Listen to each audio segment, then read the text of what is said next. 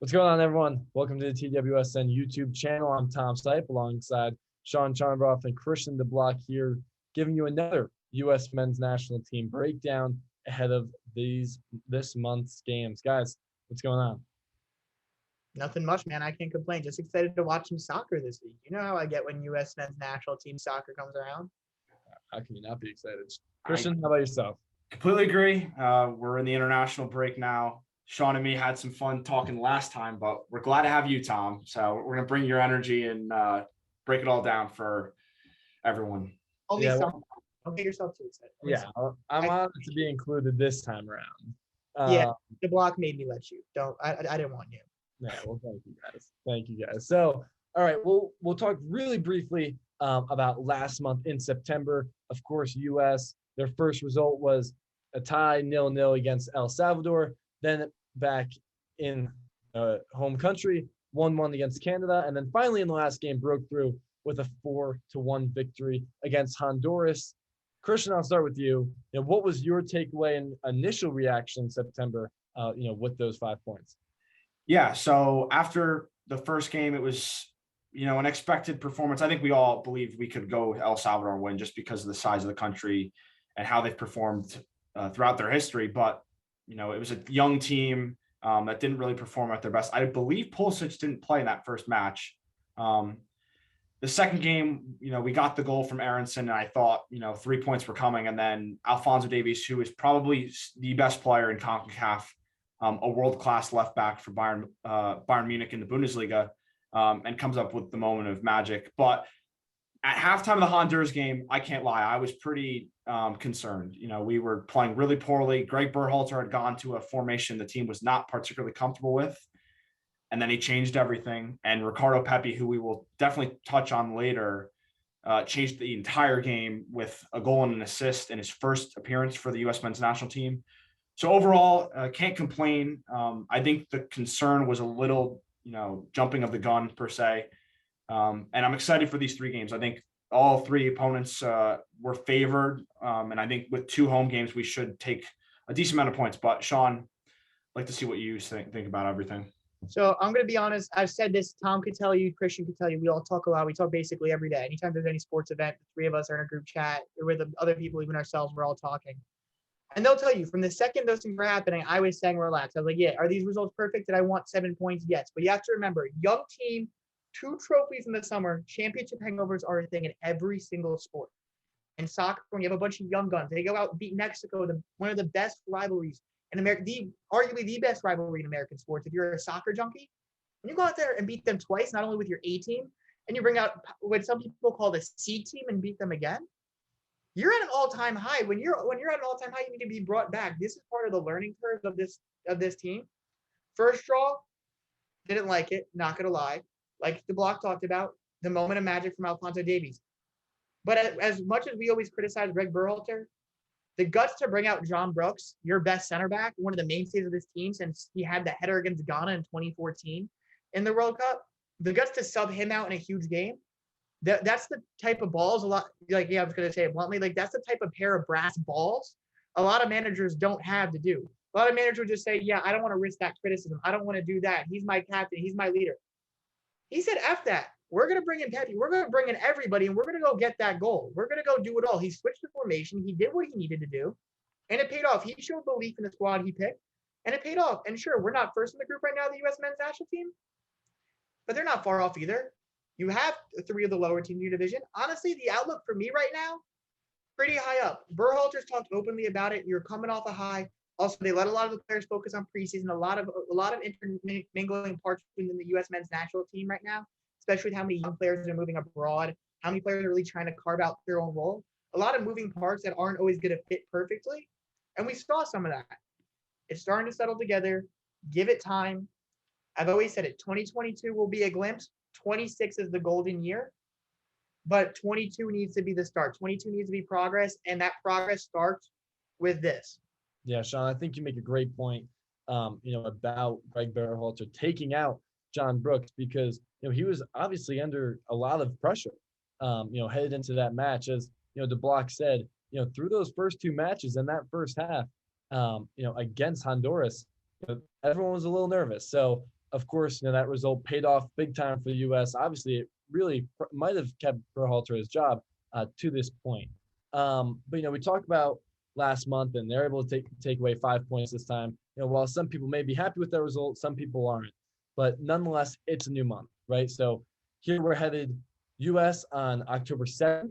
They'll play Jamaica in Austin, Texas. Then they'll head to Panama on Sunday, October 10th. And on October 13th, they will play Costa Rica in Columbus, Ohio. So, DeBlock, I'll start with you. What are your overall keys for success for the United States in these first 3 games this month? Yeah, so I think the first thing is who's going to play up front. We're missing Christian Pulisic. We mentioned John Brooks previously, but Christian Pulisic, who is known as the quote-unquote golden boy, is still out with an ankle injury. We're missing Gio Reyna with a hamstring injury. So there's a lot of pieces in the puzzle that are not available for these 3 games. I'm really excited to see Tim Weah up front, the Lille forward who has been excellent in the French league.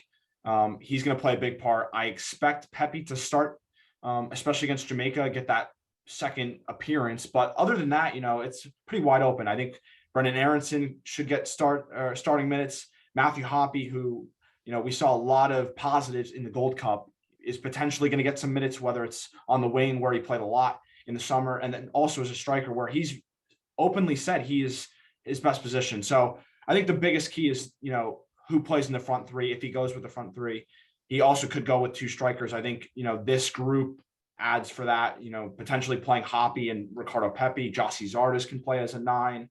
So that's the key, I think. And then the other one, before I'll let Shaun get to it, is what happens with Weston Mckinney in these 3 games. We had all the drama with him getting suspended for violating team protocol. Does he get back into the lineup on Thursday? I assume he will, but he's going to have to really prove it to not only Greg, but his entire team and his entire country, to be honest, because, missing 2 games in that magnitude, especially in a Canada game where we should have won. And of course, the Honduras game, he didn't, it wasn't that big of a deal because we picked up 3 points, but had we not, a lot of people would have put a blame on him. So I think, as a 23-year-old playing for Juventus in the Serie A league, he's got to really show up here as a leader, especially without Pulisic and Reyna and Brooks, who are, stalemates in the side. So I think the front 3 and who plays in that attacking areas, and then Weston McKinney, if he can really show up as a leader, it'll be very important for this team in the October set of games. Yeah, so DeBlock, you talk about the injuries, right? Of course, we have John Brooks, who just stepped out with a back injury. Christian Pulisic, who we saw got hurt in the Honduras game. He hasn't played since. And Gio Reyna as well. Now, Shaun, DeBlock just went and mentioned a lot of the young players, right? Pepe, Aronson, Matthew Hoppe, right? Who do you really look at, especially from this younger core, a little bit of a different roster this time, to really step up and shine in October? So are you asking me in general, or are you just asking me about the forwards specifically? In general. My guy, Chris Richards. The guy's the center back of the future for the U.S. men's national team. Look, Brooks has had his injury problems. They're surfacing. He's going to be older by the time the golden year comes around in 26. Who knows? The way he hasn't been off to great form. He struggled in the summer. He could be falling off. Injuries take a toll on some guys earlier than others. He's a big guy, carries around a little bit of weight. Doesn't need a fat guy, just 6'4" built dude. You're carrying around a lot of weight, a lot of muscle. Things happen to people. It's totally understandable. But Chris Richards, at Bayern Munich guy, loaned to Hoffenheim, been starting there. A lot of high potential stuff. Nice IQ. I don't think he's a bad passer of the ball at all. I think there's a lot of potential there. He's a center back of the future, and now there's a golden opportunity for him to step up. Can he step into it? Because I'm going to be real. I think the center back pairing of the future is in this camp right now. Is it Chris Richards and Mark McKenzie, or is it Chris Richards and Miles Robinson? That's my biggest question right now. Honestly, I'm leaning Miles Robinson because he showed that ability to take over the game. If you were to ask me today, who is the center back pairing in 22? I go Robinson and I go Brooks. It could be McKenzie. It could be Zimmerman. I think honestly, this qualifying will tell me everything we need to know about the center backs and even the goalkeepers as well. You have Steffen and Turner together again. Brooks is cemented as your one. Basically, I know Pulisic is the captain, but Brooks is the veteran leader there. So this is going to cement the center back duo for me, or go a long way towards that. I'm looking at McKenzie. I'm looking at Chris Richards. I'm looking at Walker Zimmerman. Even I'm looking at a lot of these guys, Miles Robinson. I'm saying, will somebody pull themselves away from the pack? Same conversation me and Christian had about the strikers on the last thing. who's going to pull themselves away from the pack. I'm looking for that for the second center back spot right now. That's really where I'm keyed in on, because defense is what's going to carry you when you play these bigger teams come World Cup time, right? Ricardo Pepi, Matthew Hoppe, Daryl Dike, even when he was in it, got away with a lot of stuff. Giassi Zardes, they can get away with a lot of little flaws in their game when they're going up against Panama, when they're going up against El Salvador, when they're going up against Honduras. But you can't get away with that when you're going up against Portugal, Spain, Brazil.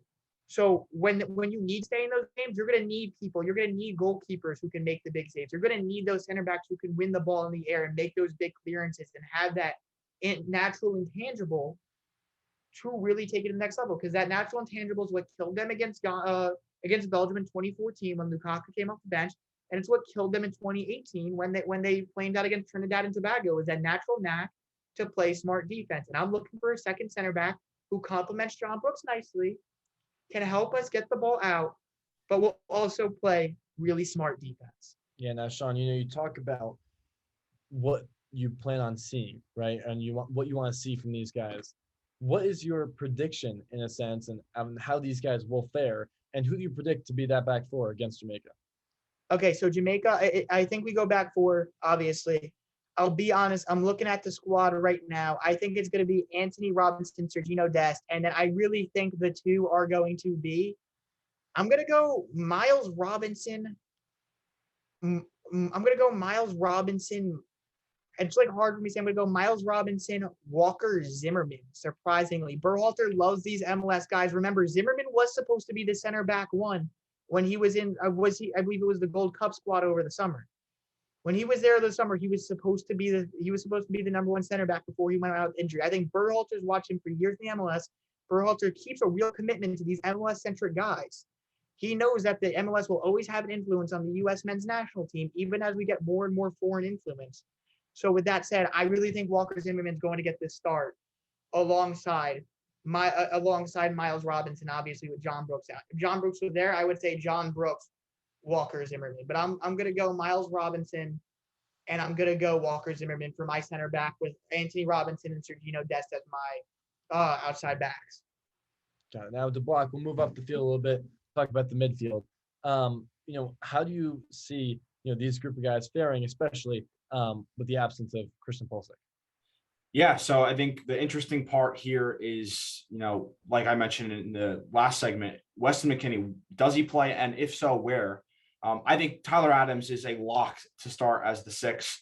He was arguably our best player in the September window. I thought he was excellent as a leader, as, getting the team up the field, tackles and interceptions. I think he was the entire package. And it's great to see because, at his age, 22 years old, playing for RB Leipzig in the Bundesliga, showing that leadership and that mentality to really boss the game from the 6th position is key. So I think he'll start. But other than that, it's going to be interesting. Can Kellen Acosta come back into the side? I know a lot of people criticize him, but Greg trusts Sebastian Lletget, which is, an unpopular opinion amongst the U.S. men's national team Twitter and, the supporters. But I think Weston McKinney will get his start. He's going to get a fresh second chance, but he has to not only play well, but, really control the game as an 8. And then, the third position is a wild card. You could see Gianluca Buzio has been great for Venezia and Serie A. I think Yunus Musa could come back into the side after missing the last set of games through injury. But overall, I think Kellen Acosta will be that third starter. I think he's going to leave Christian Roldan as a super sub, which seems to be what he's done since he's come into the job. So I think Adams the 6, and then the 2 8s will be Kellen Acosta and Weston McKinney in the Jamaica game. You opened really with talking about Tyler Adams. For me personally, I think this is a huge opportunity for him, right? In that first game against El Salvador, he was the United States captain, and he really, in my opinion, performed really well in that first game. But personally, for me, I think it's a big opportunity for him, right? Who knows if he'll be the captain this month, but I think for him to have this opportunity with Pulisic on the side to step up for his country is definitely a huge opportunity for him, and we'll have to see if he grasps it. But we'll take a quick pivot and talk about that captain position because it is an important role on this team. Without Pulisic being available, who do the two of you think will wear the captain band this upcoming week? I'll be real. I think it's going to be Tyler Adams again. Mhm. There's no legit veteran in this squad. There's an issue at the goalkeeper position. You know, we don't know who that's going to be. There's a real competition. I think if a goalkeeper gets the armband, it's really going to speak something. But Tyler Adams, like, might be the most veteran player. Like, he really is, in my opinion, the most veteran, most experienced, the calmest player. He's come up in the biggest moments. He is the only guy that I feel like we have had substantial hype, substantial expectations around for at least 3-4 years now at this point. Mhm. Has been an in and out member of the squad for a while. Like, if you look at the squad, who maybe besides DeAndre Yedlin, but I don't view him as a starter anymore. I don't view him as that guy. Like, some people were thinking, oh, he's at Galatasaray, he's playing better again. Like, he's not Sergino. Sergino Dest is a top 7 right back in the entire world. You could argue even higher. ESPN has him. I remember they released their top 100 soccer players in the world list. Sergino Dest is on it. Sergino Dest is the best, is in my opinion, maybe the best overall player on the national team. It's between him and Pulisic. Pulisic plays more attacking position, always get more hype, but Sergino Dest is playing a great role at Barca for a reason. So, but a lot of these guys are too young. I think I look at Adams as the steady hand in the midfield. McKinney's going to go crazy. He's going to go get all the balls, but it doesn't function without Tyler Adams as well. Those two work so well together. Tyler Adams isn't coming off a controversy. He has been here for a longer amount of time. Tyler Adams is completely that guy who's going to be the captain's armband for me. Walk.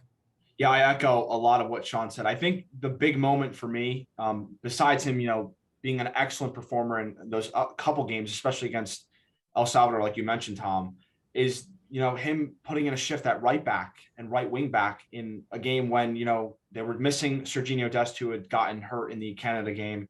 I guess Greg didn't feel particularly comfortable starting Yedlin, like Shaun mentioned, not really starter caliber at the moment. And, while it wasn't a good performance, I think it just shows the kind of mentality that Adams has, the ability to play multiple positions, which he has played off that right side for Leipzig at moments. And at 22 years old, he is that leader. And I thought, maybe after the CONCACAF Nations League, if there was going to be a second captain, quote unquote, behind Pulisic, it could have been McKinney. But when you have these off the field problems, it's just not a good look for the national team in general. And I think Adams speaks volumes to what this team is about, which is, put all the ego aside and just go out and play your game. And he is, one of the best sixes in CONCACAF, maybe the best, if he can continue to get on this trajectory. So I think I echo everything Shaun said. Tyler Adams should be the starter and the captain for all 3 of these games. And if there's a second guy, I'm not sure who it would be, especially without John Brooks, but it's got to be Adams in this situation. Yeah, it was a tough act to follow, following Shaun right there, but you did exactly that, and you did well right there. But Block, I'm going to turn this around right back to you. As we move Actually, Tom, can I give a second caption option that wouldn't shock me? please. I'm getting 2. If it's not Adams, look out for Sebastian Lletget or Kellen Acosta. Those MLS guys who have actually been in and out of this lineup. I said Adams is the only guy because he's the only guy that we've had high expectations for.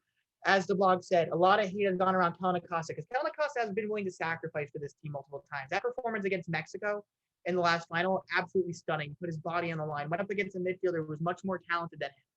And he said he's wanting to move to Europe to keep himself in the national team. Lletget, he's Berhalter's go-to guy. He's the guy that he trusts. So I should have thought of that earlier. For me, it's still Adams, but I would not be surprised if it is Kellen Acosta or Sebastian Lletget. Yeah, Shaun, that's a great point. Again, you mentioned the MLS connection, of course, from the former MLS coach. So good point there. But the Block, I'm going to turn right back to you as we go up the field one more time. You love talking about these young guns, up at the top of the field. They got their feet wet in September, and now they have another time to shine here in October. So what do you expect to see from the U.S. from their attacking forwards this upcoming week? Sure. And I think the first name that comes off the tongue is got to be Ricardo Pepi. And I think people need to pump the brakes a little bit because I think a lot of people are doing what many would do is, he gets a goal and assist in his first match in there. Everybody's talking about him on that level of Pulisic per se, or even Gio Reyna, who's playing for Dortmund. And I think, he's playing well for FC Dallas in MLS. He's got 13 goals, which is tied for 4th in the league. So he's performing for club. And I think, even at 18 years old, he can perform day in, day out for the U.S. men's national team. But we got to limit the pressure on him because, he's still very young. And, you're going to see all these up and downs with a striker, especially when he's not getting his opportunities. And in CONCACAF, we saw it in the first 3 games. We thought we would dominate possession, dominate shots on target. But at times, that's not necessarily there because that's not how, CONCACAF games work. It's very high work rate and, a lot of messy gameplay at times. But when you get your chance, you have to take it. And Pepe can do that. So I think Pepe will start in that first match. I think Josh Zardes will attempt to come off the bench and make an impact like we saw in the Gold Cup, especially in those early stages when Daryl DK, who, struggled at times in the summer, was really starting. Other than that, though, I think Tim Weah is our quote unquote best winger in this group, especially without Pulisic, Reyna, and Conrad De La Fuente, who I know me and Sean talked about last month, is a guy that I think should have been in this squad. And especially with the John Brooks injury, we could see somebody added, but we'll have to wait and see if Berhalter does anything. And then I think the third spot's going to go to Brendan Aronson. I know, Tom has talked extremely highly of him, and I think it's 100% valid. He's been great for Salzburg in the Austrian league. He's been doing some things in the Champions League. But what we saw from him, off the bench, especially in that Honduras match, just brings the high work rate similarly to, Weston McKinney.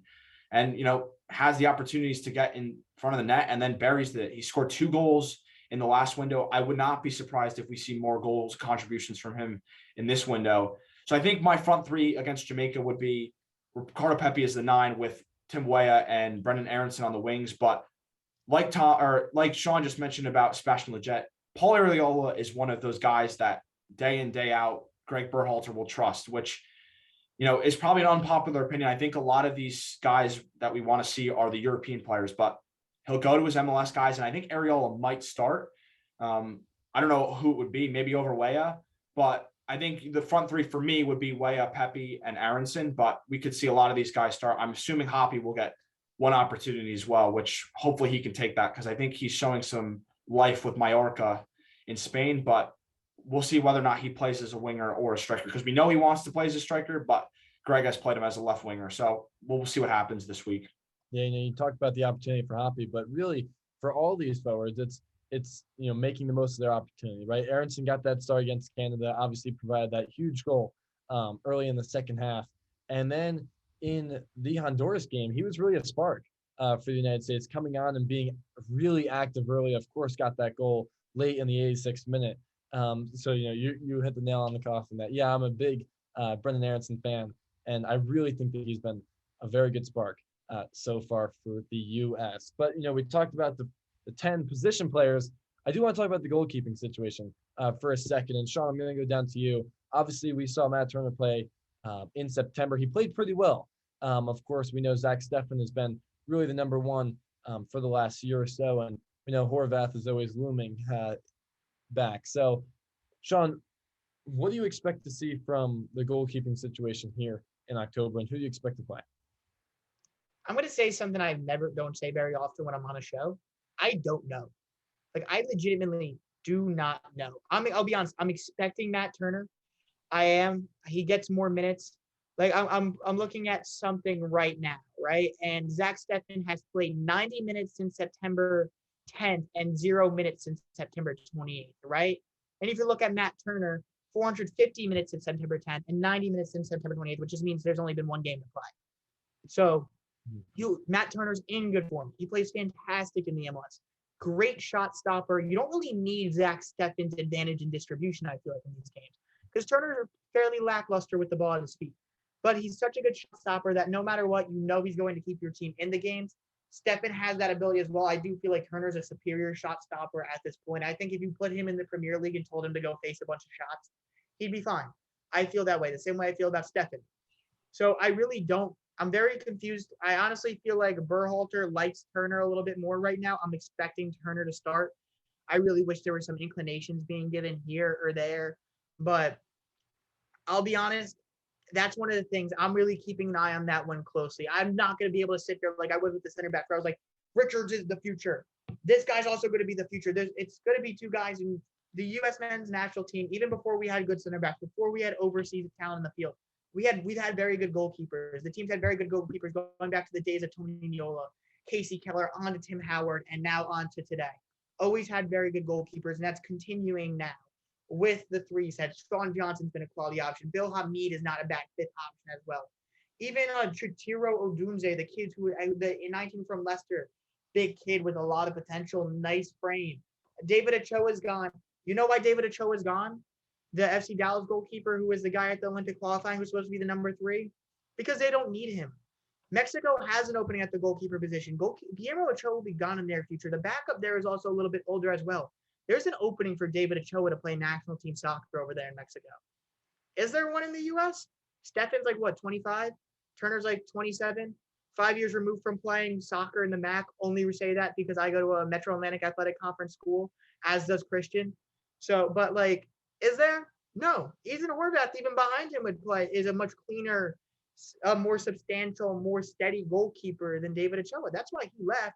And that's just, once again, a testament. When you have a high potential talent who feels like he has to leave to go get time somewhere else, that's a testament to the talent that's at that position.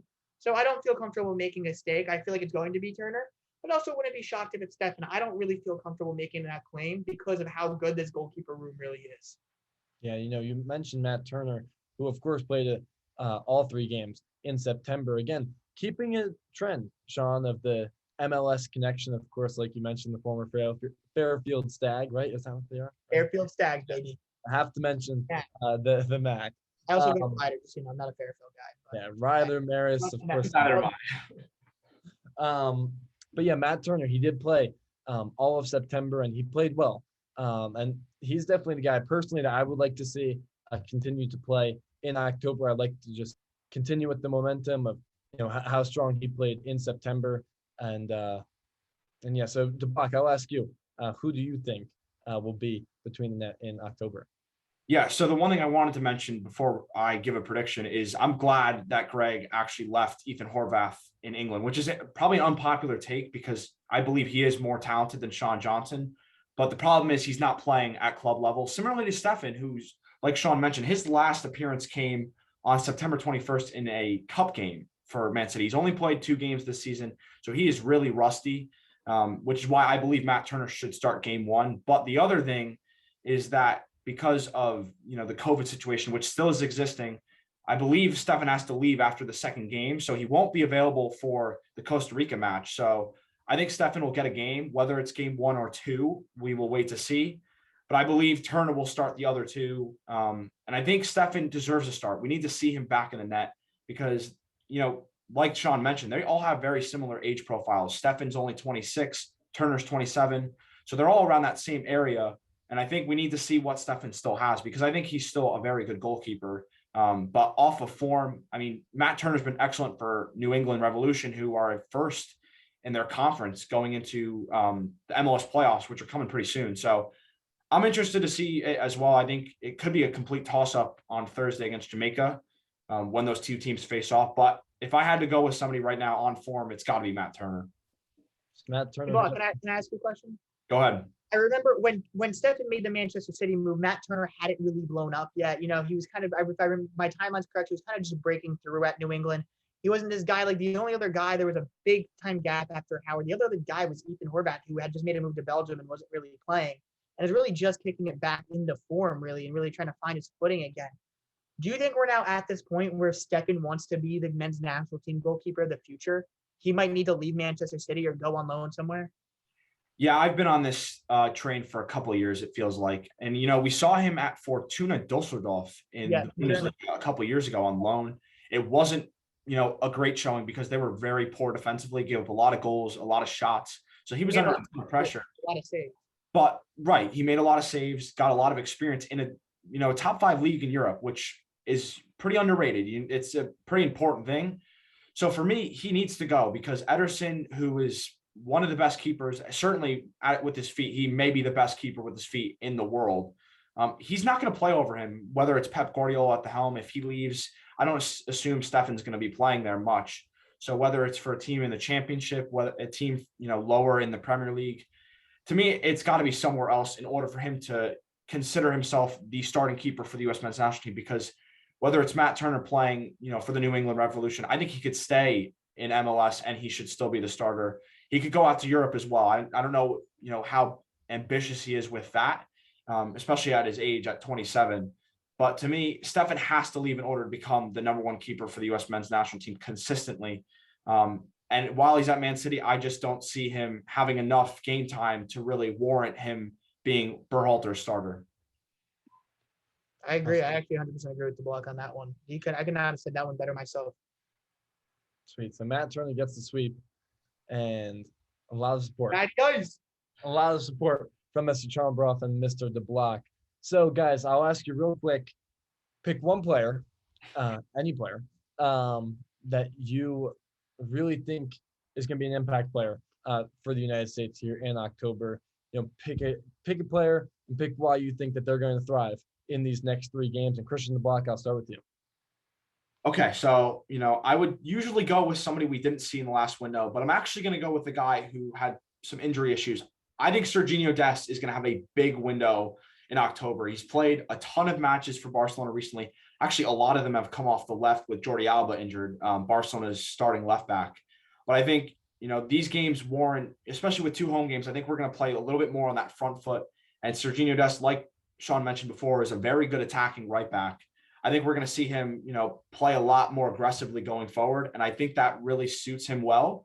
So I think, we'll see how he is defensively, of course, because, we're going to have to be strong defensively against the likes of Mikel Antonio for Jamaica and some other strikers we'll face off against. But I think Serginho Dest, especially going forward, is going to have a couple assists to the likes of Pepe, Matthew Hoppe. I think he's going to have a very big October window.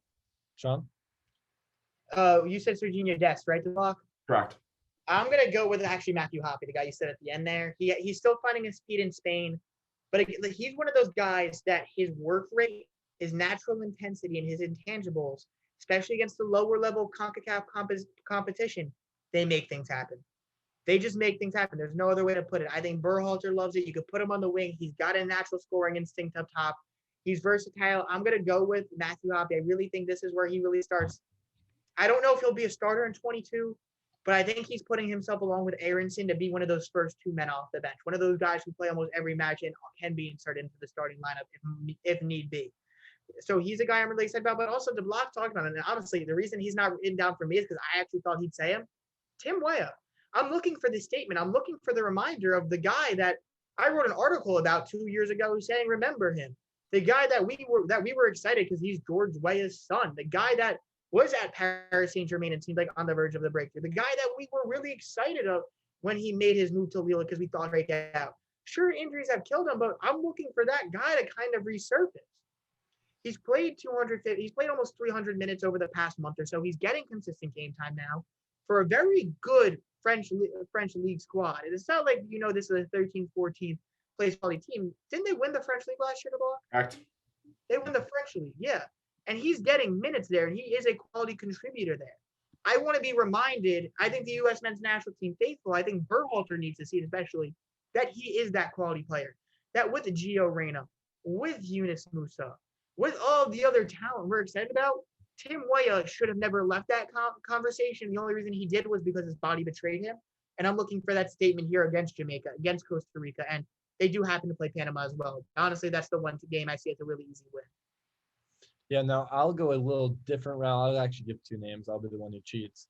You guys went with more breakthrough or breakout players. I'm going to go with a guy who I really think this is really important for Tyler Adams, right? That's the easy pick. But I think this is a big opportunity for him to step up and really perform for this country and really just be the leader that, we all know that he wants to be. And if he can really perform and really, secure at least 7 points for the United States, it would be a big positive for him. But another guy that I was really impressed with was Miles Robinson, right? He was the hero against Mexico in August. I think this is a big time for him to really break out and continue his hot play in October. But we'll move on to our final part, which is, of course, our predictions, right? Coming into September, Shaun was talking about, the championship hangover, right? I kind of looked at that as, you won JV over the summer, and now you're playing varsity, so I don't understand the hangover part of it. So I would have liked to seen 7, they got 5. Now, this time in October, you have 2 home games, and of course with the lone road game in Panama. So personally, I think 7 should be the absolute floor. So I'll turn to you 2 first. I'll start with Shaun. What do you predict to come out of these 3 games? What's the floor for the amount of points that the U.S. should have? And really, what do you expect from these 3 games? So the floor is 5 points for me. Anything 7 above. If you get a win in 2 draws, but I love it. No, do I? But from a neutral point of view, a lot of you guys have been playing a lot of minutes. Once again, a lot of you now integrating all of these squad players together. You're having open competitions for positions. I could get behind 5. I'm looking for 6 or 7. Honestly, keep an eye on the Jamaica matchup. If they win the Jamaica matchup, I think they walk out with at least 6. I know Jamaica's last in the standing, and I get it. But Andre Blake can keep that team in pretty much any game. That guy him and Matt Turner are the best 2 goalkeepers in the MLS. Both those guys can make crazy saves. Andre Blake, man, I love that team. He's just an athlete. He's explosive. There's a reason he was, I believe, the first ever goalkeeper to be taken number 1 overall in the MLS draft, and he came out of UConn. Guy's explosive. He's amazing. If he was in the MLS, I think he'd be our number 3 goalkeeper, or the U.S. men's national team's number 3 goalkeeper right now. Maybe competing with Turner and Steffen for that number 1 job. He would. He's that good.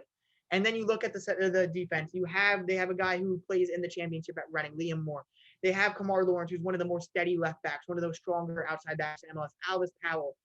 And there is consistent, decent talent throughout their squad where I don't think they could beat the U.S. men's national team at home if they play a good game. But I think they have the quality defensive pieces, the quality goalkeeper who can keep that team in games, who I've seen keep teams in games on the international level to make it a close one and possibly maybe take a point away from the U.S. men's national team.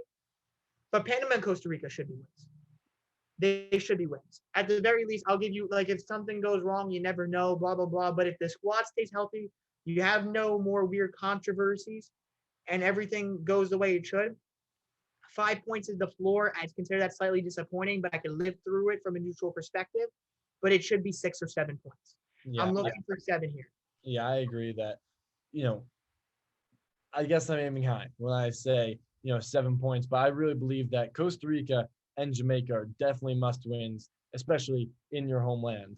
Of course, the Jamaica game being in Austin and Costa Rica in Columbus, Ohio, Jamaica's only point was a draw with Costa Rica, right? So, for the U.S., I think that these are 2 must-win games. I would really like to see 1 point at minimum.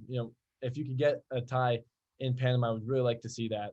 Panama, in my opinion, Panama is the weakest of these 3 squads. I think Panama honestly is a must-win for me. That's the must-win. Right. I look at Panama. Honestly, I think theoretically they're all must-wins. I think standings-wise, Jamaica's also a must-win. I think Costa Rica also, they have nobody besides Keylor Navas basically at this point. They don't really have like much elite talent anymore. They have a guy who plays at Levante. That's about it. Like, there's really nothing here that excites me besides an Asian Keylor Navas. Now you have the talent that you should be able to beat him in net. I think, for me, honestly, the Jamaica matchup's the most dangerous. And we were talking about before the show, their best players in the Bolivian league. Do I think he's a guy who should be in the MLS considering his goal scoring record and his statistics?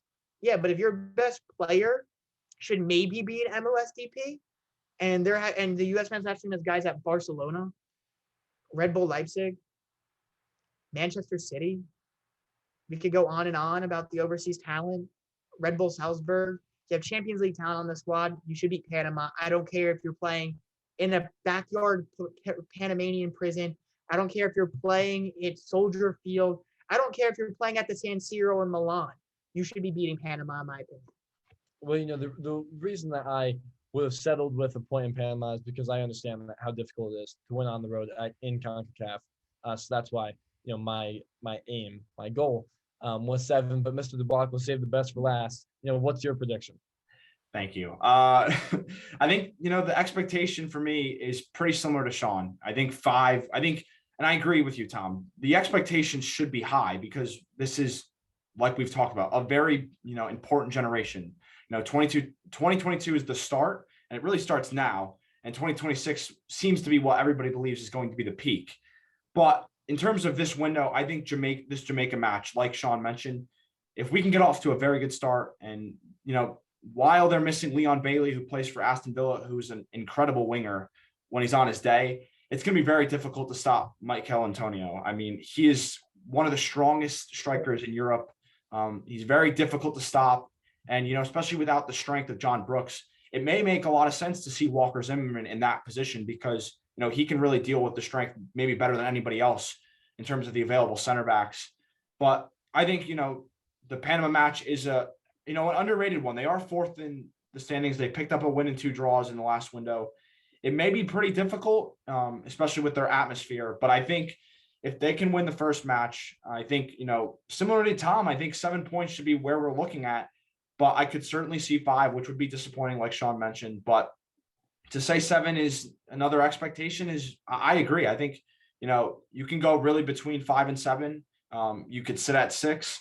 But I think, in order for this team to jump up the standings, which they're going to look to do in this window, especially with 2 home matches, like Tom mentioned, I think 7 is where they want to go. And I think it's a lot more capable than we saw in the last window, just because, coming off the championship hangover, which I seem to agree with as well with Shaun. But I think in this window, we're going to see a, big spot from a lot of these different players. And I think 7 is where we're going to sit at again. Gentlemen, 3 winnable games here in October again. Home against Jamaica, in Panama, and home against Costa Rica for the United States men's national team here in October. For Christian DeBlock, Shaun Chornobroff, I'm Tom Seipp. Thank you for tuning in. Let's see how USA fares here in October.